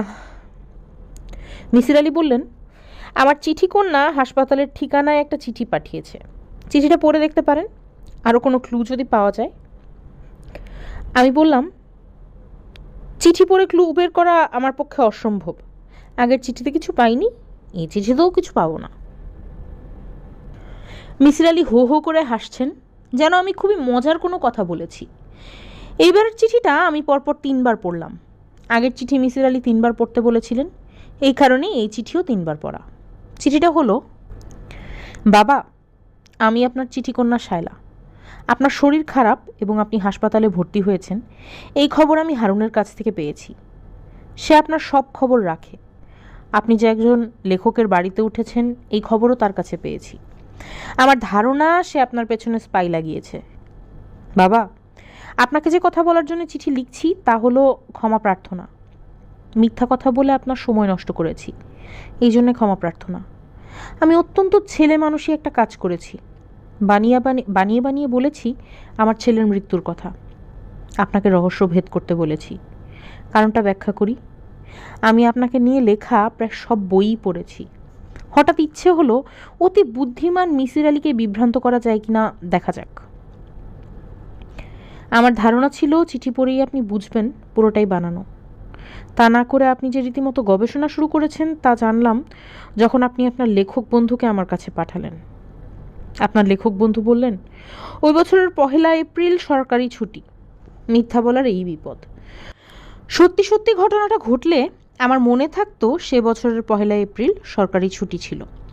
বাবা, আপনি আমাকে ক্ষমা করবেন। আপনাকে বাবা ডেকেছি, কাজেই কন্যা হিসেবে ক্ষমা পেতে পারি। আমার ইচ্ছে ছিল হাসপাতালে আপনার সঙ্গে দেখা করা, চক্ষু লজ্জায় দেখা করতে পারিনি। বাবা, আপনি আমাকে যদি ক্ষমা করেন তাহলে একদিন এসে আপনাকে দেখে যাব। আমার এতই খারাপ লাগছে, ইচ্ছে করছে পটাশিয়াম সায়ানাইড খেয়ে মরে যাই। ইতি, চিঠি কন্যা শায়লা। 3 বার চিঠি পড়ার পর আমি বললাম, যা ভেবেছিলাম ঘটনা তো সেরকমই, মামলা ডিসমিস। মিসির আলি গম্ভীর গলায় বললেন, মামলা মাত্র শুরু, ডিসমিস মোটেই না। আমি মেয়েটিকে সোমবার সন্ধ্যায় আসতে বলেছি, রাতে আমাদের সঙ্গে খেতে বলেছি। এর মধ্যে আপনাকে একটা কাজ করতে হবে, জালাল আহমেদের একটা ছবি জোগাড় করতে হবে। কোত্থেকে জোগাড় করব? আমি বলে দেব কোত্থেকে। আর কিছু করতে হবে? ডাক্তার হারুনের সঙ্গে ভূত বিষয়ক একটা মিটিং, আপনি তাকে ভূত বিষয়ক নানান তথ্য দেবেন। আমি বিস্মিত হয়ে বললাম, ভূত বিষয়ে আমি কি তথ্য দেব? আমি তো কিছুই জানি না। মিসির আলি হাসি মুখে বললেন, আমি শিখিয়ে দেব। এতে লাভ কি হবে? পরকালে বিশ্বাসী লোকজন মৃতদের সঙ্গে যোগাযোগের জন্য অনেক কর্মকাণ্ড করে, যেমন প্ল্যানচেট, চক্র। আমি শুধু জানতে চাই তিনি মৃত কোনো মানুষের সঙ্গে যোগাযোগের চেষ্টা করছেন কি না। আমি বললাম, ভূত প্রেত বিষয়ক আলোচনায় আপনি থাকবেন তো? মিসির আলি নাসূচক মাথা নাড়লেন, ভাবলেশীন গলায় বললেন, পুরো প্রক্রিয়াটা আমি আপনাকে দিয়ে করাতে চাই। নিজে নিজে রহস্যভেদ করতে চাচ্ছিলেন, সেই সুযোগ করে দিচ্ছি। তবে এখনও সময় আছে, আপনি যদি সরে আসতে চান সরে আসবেন। আমি সরে আসতে চাই না। ডাক্তার হারুনের সঙ্গে ভূত বিষয়ক আলোচনা তেমন জমল না। তিনি সেদিন কথা বলার মুডে ছিলেন না। তবে তিনি বললেন, রবীন্দ্রনাথের মতো তার নিজেরও প্ল্যানচেটের ওপর অগাধ বিশ্বাস। তার মা জীবিত থাকার সময় মার সঙ্গে অনেকবার প্ল্যানচেট করেছেন। প্ল্যানচেটে সাধারণ মানুষের আত্মা যেমন এসেছে, বিখ্যাত ব্যক্তিদের আত্মাও এসেছে, প্রশ্নের জবাব দিয়েছে। বিখ্যাত ব্যক্তিদের মধ্যে আছেন রবীন্দ্রনাথ ঠাকুর, কবি সুকান্ত, নবাব সিরাজউদ্দৌলা। তার কাছ থেকে জানলাম তিনি এবং তার স্ত্রী শায়লা একবারই বসেছিলেন প্ল্যানচেটে। খুবই বাচ্চা একটা ছেলের আত্মা এসে উপস্থিত হয়। শায়লা এই ঘটনায় প্রচণ্ড ভয় পেয়ে অসুস্থ হয়ে পড়েন। এরপর তিনি আর কখনো প্ল্যানচেটে বসেননি। আমি বললাম, বাচ্চা ছেলেটা কি তার নাম বলেছে? হারুন বলেছে, নামের অদ্যাক্ষর বলেছে, বলেছে এস। আপনি নিজেই উৎসাহী হলে আপনাকে নিয়ে একদিন বসবো। ভয়ের কিছু নেই। একটা বোতামে আমি এবং আপনি আঙুল চেপে ধরবো, বোতামটা থাকবে উইজা বোর্ডে। আমি বললাম, উইজা বোর্ডটা কি? একটা কার্ডবোর্ড, সেখানে এ থেকে জেড পর্যন্ত অক্ষরগুলি লেখা, এক জায়গায় ইয়েস এবং এক জায়গায় নো লেখা। যখন বোতামে আত্মা ভর হবে তখন আত্মা কাঁপতে থাকবে। আত্মাকে তখন প্রশ্ন করবেন, আপনি কি এসেছেন? আত্মা তখন বোতামটা টেনে ইয়েসের ঘরে নিয়ে যাবে। এই হচ্ছে বেসিক প্রিন্সিপাল, বুঝেছেন? কিছুটা। কাছ থেকে না দেখলে পুরোপুরি বুঝবো না। একদিন রাতে মিসির আলি সাহেবকে নিয়ে বাসায় চলে আসবেন, হাতে কলমে দেখাবো। আমি বললাম, হাতে কলমে তো দেখাবেন না, আপনি দেখাবেন আঙুলে বোতামে। আমার রসিকতায় হারুন অত্যন্ত বিরক্ত হলেন। গম্ভীর গলায় বললেন, আজ আমি ব্যস্ত আছি, অন্য একদিন আসুন। আমি উঠে পড়লাম। ভূত বিষয়ক এই আলোচনা থেকে মিসির আলি কী উদ্ধার করবেন আমি বুঝতে পারছি না। বাচ্চা একটা ছেলের আত্মা এসেছিল যার নামের অদ্যাক্ষর এস, এটা গুরুত্বপূর্ণ তথ্য হতে পারে। তবে আমি লক্ষ্য করেছি আমার কাছে গুরুত্বপূর্ণ সব তথ্যই মিসির আলির কাছে গুরুত্বহীন। এই ক্ষেত্রেও হয়তো তাই হবে। মিসির আলি হয়তো আমাকে বলবেন, এখন আপনার কাজ হবে এস দিয়ে শুরু নামের তালিকা তৈরি করুন, নবজাতকের নাম, জাতীয় বই জোগাড় করুন, এস দিয়ে শুরু নামগুলি আলাদা করে বড় একটা খাতায় লিখে ফেলুন। আমি লিখতে শুরু করব, সালাউদ্দিন, সালাম, শাহিন, সোহেল, শাহাবুদ্দিন, সাব্বির, সালমান, শিহাব, শুভ, সুলতান, সাবের। রাতে খাবার টেবিলে মিসির আলি সাহেবকে বললাম, আপনি আমাকে ছোট্ট একটা সাহায্য করুন। মিতির সঙ্গে বর্তমান রহস্যের সম্পর্কটা শুধু বলুন, বাকিটা আমি পারবো। মিসির আলি বললেন, মিতি বিভিন্ন ধরনের ভৌতিক গল্প বলে। তার প্রধান চেষ্টা সবাইকে বিভ্রান্ত করা। একজন ক্রিমিনালও তাই করে। ক্রাইমটা করার পর সে সবাইকে বিভ্রান্ত করতে চায়। এইটুকুই সম্পর্ক, এর বেশি কিছু না। না, এর বেশি কিছুই না। যখন কোনো ক্রাইম সলভিং শুরু করবেন তখন এই ব্যাপারটা মাথায় রাখবেন, ক্রিমিনাল আপনাকে বিভ্রান্ত করতে চাইবেই। ঝড় বৃষ্টি মাথায় নিয়ে বের হয়েছি। উদ্দেশ্য জনৈক জালাল আহমেদের খোঁজ বের করা। বৃষ্টিতে ভিজে ঠকঠক করে কাঁপছি। আবহাওয়ার বড় ধরনের কোনো পরিবর্তন অবশ্যই হয়েছে। গরমকালের বৃষ্টির পানি এত ঠান্ডা হবে না, পানি বরফের চেয়ে ঠান্ডা হতে পারে না, কিন্তু গায়ে যে পানি পড়ছে মনে হচ্ছে তার তাপমাত্রা 0 ডিগ্রির অনেক নিচে। জালাল আহমেদের মা মারা গেছেন। বাবা একা বেইলি রোডের এক ফ্ল্যাট বাড়িতে থাকেন। বাড়ির দারোয়ান আমাকে কিছুতেই ঢুকতে দেবে না। তার একটাই কথা, কারোর দেখা করার অনুমতি নাই। পুলিশের আইজি আসলেও নাই, মন্ত্রী মিনিস্টার আসলেও নাই। অনেক ঝামেলা করে জালাল সাহেবের বাবার সঙ্গে দেখা করার অনুমতি পাওয়া গেল। বৃদ্ধ অত্যন্ত সন্দেহ বাতিগ্রস্ত। তিনি আমাকে শীতল গলায় বললেন, আমি আপনাকে চিনি না, জানি না, কোনোদিন আপনার সঙ্গে আমার দেখাও হয়নি। আপনাকে আমি আমার ছেলের ছবি কেন দেব? আপনি তো দূরের কথা, আমি তো আমার আত্মীয় স্বজনকেও কোনো ছবি দেব না। আমার ছেলে মারা গেছে, ধরে নেন তার ছবিও মারা গেছে। আপনার ছেলে মারা গেছে তা তো জানতাম না। কবে মারা গেছে? কবে মারা গেছে জেনে কি করবেন? মিলাদ পড়াবেন? কুলখানি করবেন? অনেক কথা বলে ফেলেছি, যান বিদায় হন। ভেজা শরীরে সোফায় বসেছেন, সোফাটা তো নষ্ট করেছেন। সরি। এখন সরি বলে কি হবে? ক্ষতি যা করার তা তো করে ফেলেছেন। আমি হতাশ হয়ে দেয়ালের দিকে তাকালাম। দেয়াল ভর্তি এক যুবকের নানান ভঙ্গিমার সুন্দর সুন্দর ছবি। রাজপুত্রের মতো রূপবান সেই যুবক বসার ঘরের দেয়াল আলো করে রেখেছে। এই যুবক যে জালাল আহমেদ তাতে কোনো সন্দেহ নেই। একটি ছবি এত সুন্দর যে সেই ছবি দিয়ে ক্যালেন্ডার করা যায়। যুবক জাহাজের ডেকে দাঁড়িয়ে আছে, তার পেছনে নীল সমুদ্র। যুবকের চোখে বিষণ্ণতা, তার হাতে একটা মগ। মনে হচ্ছে সে মগে করে কফি খাচ্ছে। আমি বৃদ্ধের দিকে তাকিয়ে বললাম, আপনার ছেলের ছবি? বৃদ্ধ দাঁত মুখ খিচিয়ে বললেন, আমার ছেলের ছবি না, পাড়ার ছেলের ছবি। পাড়ার ছেলের ছবি দিয়ে আমি দেয়াল ভর্তি করে রেখেছি। আমি মুগ্ধ কণ্ঠে বললাম, পুরুষ মানুষ যে এত রূপবান হতে পারে এই প্রথম দেখলাম। মাইকেল অ্যাঞ্জেলোর ডেভিডের চেয়েও আপনার ছেলে সুন্দর। এই কথাতেই কাজ হলো। বৃদ্ধের চোখ থেকে কাঠিন্য মুছে গেল। সেখানে চলে এলো এক ধরনের বিষণ্ণতা। বৃদ্ধ বললেন, চা খাবেন? আমি বললাম, চা না, কফি খেতে ইচ্ছে করছে। জাহাজের ডেকে আপনার ছেলের কফি খাওয়া দেখে আমার কফি খেতে ইচ্ছে করছে। আপনার বাসায় কফির ব্যবস্থা আছে কি? বৃদ্ধ বললেন, অবশ্যই আছে। আমার ছেলে যে মগে করে কফি খাচ্ছে সেই মগটাও আছে। ওই মগে করে খেতে চান? আমি বললাম, এত সৌভাগ্য আমি আশা করছি না, কফি হলেই আমার চলবে। বৃদ্ধ আমাকে মাথা মোছার টাওয়েল এনে দিলেন। ছেলের কফি মগেই কফি দিলেন। চোখ মুছতে মুছতে ছেলের মৃত্যুর ঘটনা বললেন। নিউ ইয়র্কের সাবওয়েতে ট্রেনের জন্য অপেক্ষা করতে করতে মৃত্যুর 10 মিনিট আগেও টেলিফোনে আমার সঙ্গে কথা হয়েছে। মোবাইলে টেলিফোন করেছে। আমি বাথরুমে ছিলাম। দৌড়ে এসে টেলিফোন ধরেছি। ছেলে বলল, বাবা কেমন আছো? আমি বললাম, ভালো, তুই কেমন আছিস? ছেলে বলল, আমি বেশি ভালো না। আমি বললাম, ভালো না কেন? শরীর খারাপ? ছেলে বলল, শরীর ঠিকই আছে, মনটা অস্থির। বাংলাদেশে চলে আসতে ইচ্ছে করছে। কতদিন বাংলাদেশের বৃষ্টির শব্দ শুনি না, ব্যাঙের ডাক শুনি না। আমি বললাম, দেশে চলে আয়। ছেলে বলল, বর্ষা শুরু হোক, তারপর আসবো। বাবা রাখি। এই বলে সে টেলিফোন বন্ধ করলো।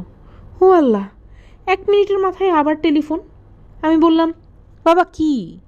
সে বলল, বাবা খুব অস্থির লাগছে, বুঝতে পারছি না কেন। তুমি আমার জন্য দোয়া করবে। আমি বললাম, অবশ্যই করব বাবা, এক্ষুনি দোয়া করতে বসো, এক্ষুনি। আমি বললাম, বাবা তো শরীর ঠিক আছে তো? সে বলল, আমার শরীর খুব ভালো, শুধু মন অস্থির। ছেলে টেলিফোন রাখা মাত্র আমি অজু করে নামাজ পড়তে বসলাম। আমার বাবু যখন মারা যাচ্ছে তখন আমি বাবুর জন্য নামাজ পড়ছি। এটাই আমার একমাত্র সান্ত্বনা। জালাল আহমেদের ছবি নিয়ে বাসায় ফিরলাম। জাহাজে কফি খাওয়ার ছবিটাই আমাকে দিলেন। চোখ মুছতে মুছতে বললেন, আমার ছেলের এই ছবিটা আপনার পছন্দ হয়েছে, আপনি নিয়ে যান, ফেরত দিতে হবে না। ছবি আপনার কেন দরকার, ছবি দিয়ে কি করবেন, কিছুই জানতে চাচ্ছি না। আজকাল কিছুই জানতে ইচ্ছে করে না। কফি খেতে চাইলে আমার কাছে এসে কফি খেয়ে যাবেন। আমার ছেলের কফি খুব পছন্দ ছিল। মৃত্যুর সময়ও তার হাতে কফির কাপ ছিল। আজ সোমবার। মিসির আলি সাহেবের চিঠি কন্যা শায়লার আমাদের এখানে ডিনারের নিমন্ত্রণ। তিনি নিমন্ত্রণ গ্রহণ করেছেন, টেলিফোনে জানিয়েছেন সন্ধ্যা 7টা নাগাদ চলে আসবেন। আমি কয়েকটি কারণে কিছুটা উত্তেজনার মধ্যে আছি। প্রথম কারণ, অতিথিদের জন্য রান্নার দায়িত্ব পড়েছে আমার। মেনু মিসির আলি ঠিক করে দিয়েছেন। স্টার্টার জিরা পানি, সাইড ডিশ বেগুন ভর্তা, টমেটো ভর্তা, মেইন ডিশ ইস্ত্রি ইলিশ, ফিনিশিং মুগের ডাল, ডেজার্ট দই। মেইন ডিশ নিয়ে আমি যথেষ্ট দুশ্চিন্তায় আছি। মেইন ডিশের নামই দুশ্চিন্তার জন্য যথেষ্ট। ইস্ত্রি ইলিশ, এই রান্না মিসির আলির আবিষ্কার। ইলিশ মাছের সর্ষে বাটা, কাঁচামরিচ এবং লবণ দেওয়ার পর লাউ পাতা দিয়ে মুড়তে হবে। তারপর গরম ইস্ত্রির নিচে বসিয়ে দিতে হবে। কিছুক্ষণ পর মাছ উল্টে আবার ইস্ত্রি চাপা দেয়া। ইস্ত্রি দিয়ে কতক্ষণ চাপা দিয়ে রাখতে হবে সেই সম্পর্কে মিসির আলি কিছু বলছেন না। আমার ধারণা মেইন ডিশ হবে কাঁচা মাছ। মিসির আলিকে এই কথা বলতেই তিনি বললেন, কাঁচা মাছ তো খারাপ কিছু না। জাপানিরা সুশি খায়, সুশি বানানো হয় কাঁচা মাছ দিয়ে। সমস্যা হচ্ছে আমরা জাপানি না, কাঁচা মাছ খেতে অভ্যস্ত না। কাজেই আমি সকাল থেকে স্টপওয়াচ দিয়ে ইস্ত্রি চাপা দেওয়ার সময়টা বের করার চেষ্টা করছি। একটা ইলিশ মাছের লেজ এবং মাথা ছাড়া পুরোটাই নষ্ট হয়েছে। এখন এক্সপেরিমেন্ট শুরু হয়েছে দ্বিতীয় ইলিশ মাছ দিয়ে। যথেষ্টই টেনশন বোধ করছি। আমি একদিনের টেনশনেই অস্থির। বাংলাদেশের মেয়েরা রোজই এই টেনশনের ভেতর দিয়ে যায়। এটা ভেবে খুব অবাক লাগছে। সন্ধ্যা থেকে ঝুম বৃষ্টি। 7টার মধ্যে ঢাকা শহরের সব রাস্তা পানি। এই ঝড় বৃষ্টির মধ্যে কাটায় কাটায় 7টায় শায়লা উপস্থিত হলেন। তখনই ইলেকট্রিসিটি চলে গেল। আমার মাথায় হাত। ইলেকট্রিসিটি ছাড়া বিখ্যাত ইস্ত্রি ইলিশ তৈরি হবে না। বসার ঘরের টেবিলে মোমবাতি জ্বালানো হয়েছে। মোমবাতির আলোয় শায়লা নামের মহিলাকে অপরূপ দেখাচ্ছে। অধ্যাপিকারা পড়াতে জানেন, সাজতে জানেন না, কথাটা ঠিক না। তিনি সুন্দর করে সেজেছেন। শায়লা অতি বিনয়ের সঙ্গে মিসির আলিকে কদমবুসি করতে করতে বললেন, ভুলভাল চিঠি লিখে আপনাকে বিরক্ত করেছি, বাবা আমাকে ক্ষমা করেছেন তো? মিসির আলি হাসলেন। শায়লা বললেন, ক্ষমা করে থাকলে মাথায় হাত রাখুন। মিসির আলি মাথায় হাত রাখলেন। সুন্দর সন্ধ্যা শুরু হলো। আমরা তিনজন একসঙ্গে বসেছি। আমাদের সামনে লেবু চা। ঝড় বৃষ্টির রাতে লেবু চায়ে চুমুক দিতে অসাধারণ লাগছে। খোলা জানালা দিয়ে ঠান্ডা হাওয়া আসছে, হাওয়ায় মোমবাতির শিখা কাঁপছে। এখন মনে হচ্ছে ঝড় বৃষ্টির রাতে ইলেকট্রিসিটি চলে যাওয়া এমন খারাপ কিছু না। মিসির আলি সিগারেট ধরাতে ধরাতে শায়লার দিকে তাকিয়ে বললেন, তুমি তোমার হ্যান্ডব্যাগে কি সবসময় পটাশিয়াম সায়ানাইড রাখো? শায়লার মুখ হঠাৎ রক্তশূন্য হয়ে গেল। শায়লার কথা বাদ থাকুক, আমি নিজেই হকচকিয়ে গেলাম। শায়লা যদি তার হ্যান্ডব্যাগে পটাশিয়াম সায়ানাইড রেখেও থাকেন, মিসির আলির পক্ষে তা জানা কোনো ক্রমেই সম্ভব নয়। ওনার আর যাই থাকুক, এক্স-রে চোখ নেই। মিসির আলি সহজ গলায় বললেন, তোমার ব্যাগে পটাশিয়াম সায়ানাইডের একটা ফাইল আছে, কি করে সেটা বুঝলাম তোমাকে বলি। পটাশিয়াম সায়ানাইড নিয়ে তোমার অবসেশন আছে। শ্বশুরবাড়িতে এই শব্দটা তুমি প্রায়ই উচ্চারণ করো, যে কারণে তোমার শাশুড়িও শব্দটি শিখেছেন এবং তার পুত্রকে সাবধান করেছেন। কেমিস্ট্রির শিক্ষক হিসেবে পটাশিয়াম সায়ানাইড জোগাড় করা তোমার পক্ষে কোনো বিষয় না। তার চেয়েও বড় কথা, তুমি এমএস করেছো নিউ ইয়র্ক ইউনিভার্সিটি থেকে। তোমার থিসিস ছিল কোনো একটি ইনঅর্গ্যানিক যৌগে KCN এর সাহায্যে কার্বন যুক্ত করা। ইনঅর্গ্যানিক যৌগের নাম যেন কি? শায়লা যন্ত্রের মতো বললেন, সিলিনিয়াম হাইড্রাইড। আপনি এই খবরও নিয়েছেন? হ্যাঁ, নিয়েছি। তোমার যে গাইড প্রফেসর জেমস ক্লার্ক, তার সঙ্গেও আমার টেলিফোনে কথা হয়েছে। মিসির আলি বললেন, এই ঘরে ঢোকার পর থেকে লক্ষ্য করছি তুমি তোমার হ্যান্ডব্যাগ শরীরের সঙ্গে শুধু যে জড়িয়ে রেখেছ তা না, শাড়ির আঁচল দিয়ে ঢেকেও রাখছো। বাতাসের ঝাপটায় একবার তোমার শাড়ির আঁচল সরেও গেল। তুমি সঙ্গে সঙ্গে অতি ব্যস্ততার সঙ্গে তোমার ব্যাগটা ঢাকলে। এখন বলো, তোমার ব্যাগে পটাশিয়াম সায়ানাইড আছে না? তুমি যদি বলো নাই, তাহলে নাই, আমি তোমার ব্যাগ খুলে দেখব না। শায়লা বিড়বিড় করে বললেন, পটাশিয়াম সায়ানাইড আছে, 20 গ্রামের একটা ফাইল।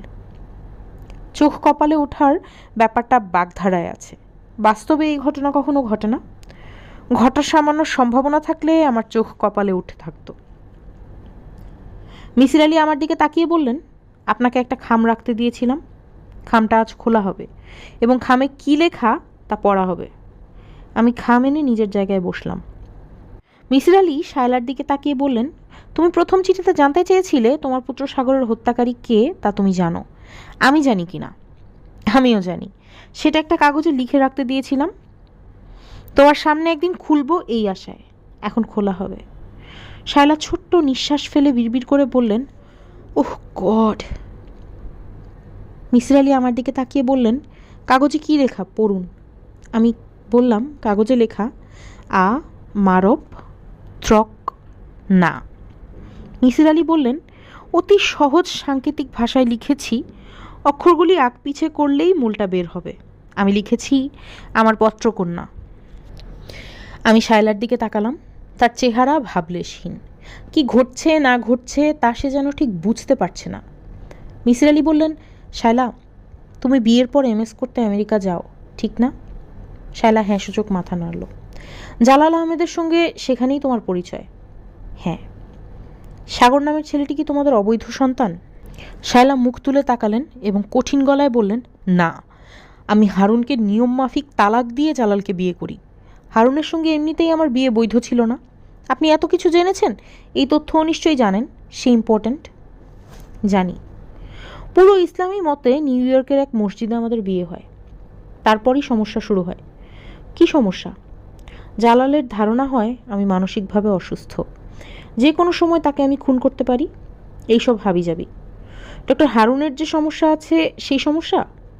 হ্যাঁ, আমাদের যে বাচ্চাটা হয় সাগর, সেই বাচ্চাটাকে জালাল সরিয়ে ফেলেছিল।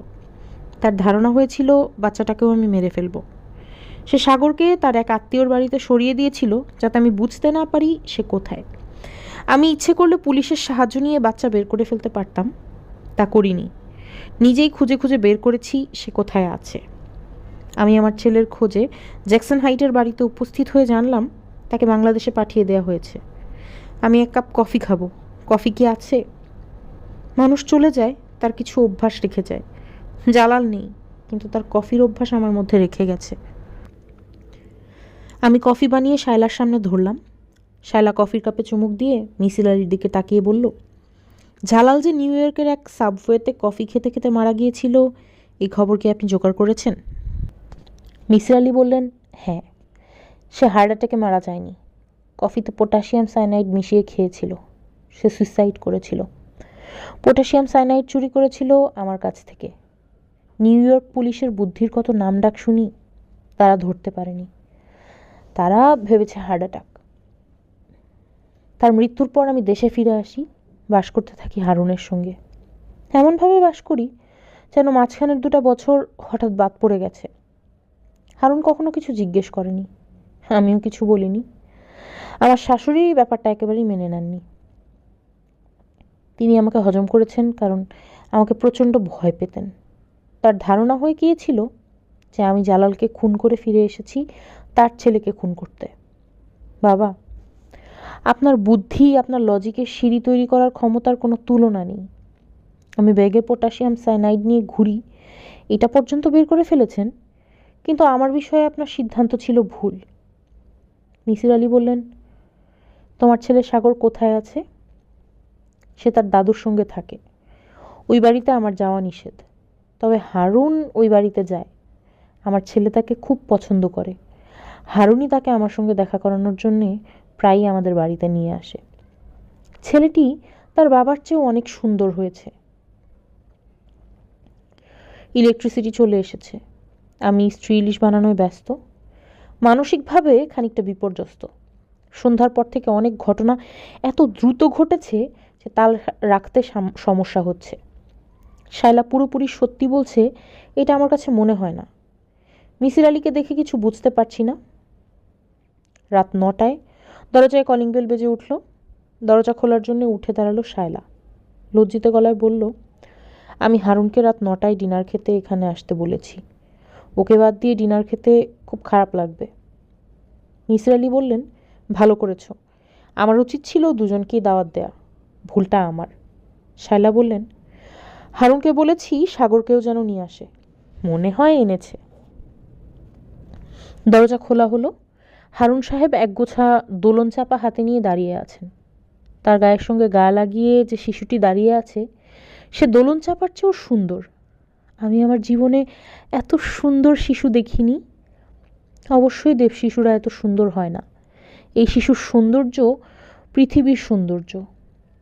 শায়লা বললেন, আমার দুষ্টু বাবাটা কোথায়? সঙ্গে সঙ্গে সে ছুটে এসে মাকে জড়িয়ে ধরল।